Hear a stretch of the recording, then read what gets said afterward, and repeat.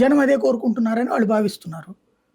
సంక్షేమం పెద్ద ఇష్యూ కాదు, అది అవసరమైనంత మేర ఇవ్వాలని జనం కోరుకుంటున్నారు అన్నది వీళ్ళ ఉద్దేశం.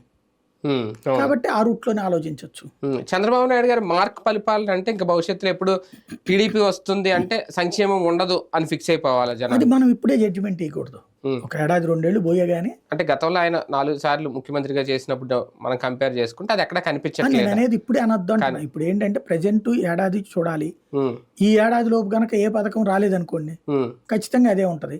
జగన్మోహన్ రెడ్డి అయితే నవరత్నాలు మొదటి ఏడాది బిగిన్ చేశాడు. అవును, అదే కదా. ఈయన కూడా లెక్క ప్రకారం ఏడాది ఎండింగ్ లోపు అన్ని బిగిన్ చేయాలి. సూపర్ 6 బిగిన్ చేయలేదు అనుకోండి, మీరు అన్న మాటే వస్తుంది. కానీ సూపర్ 6 కి ప్రధాన అడ్డంకి ఏంటి అంటే ఒక్క నిధులు కొరతేనా, డబ్బులు లేకపోవడమేనా? ఏం హామీ ఇచ్చేటప్పుడు తెలియదు అది కొరత అనుకోవడానికి. మరి జగన్ ఎట్ట ఇవ్వగలిగాడు? అప్పులు చేసి ఇవ్వగలిగాడు అన్నారు. కొన్ని అప్పులు అంతకంటే భారీగా ఏమైనా అయిపోయినాయా? లేవు కదా. ఇంకా జగన్కి ఆ డబ్బుల కోసం అని 10 సార్లు కేంద్రం చుట్టూ తిరగాల్సి వచ్చింది.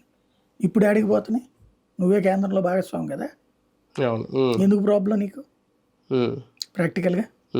కాబట్టి డబ్బులు అనేటటువంటిది ఎప్పుడూ కొరతాయి. ఇవ్వాలి అన్న కమిట్మెంట్ నీకు కొరత ఉంటుందని తెలిసినే కదా నువ్వు హామీ ఇచ్చింది. కాకపోతే ఆయన ఒక మాట చెప్పొచ్చేమో, నేను ముందే చెప్పాను మీకు అందరికీ సంపద సృష్టించిస్తానని.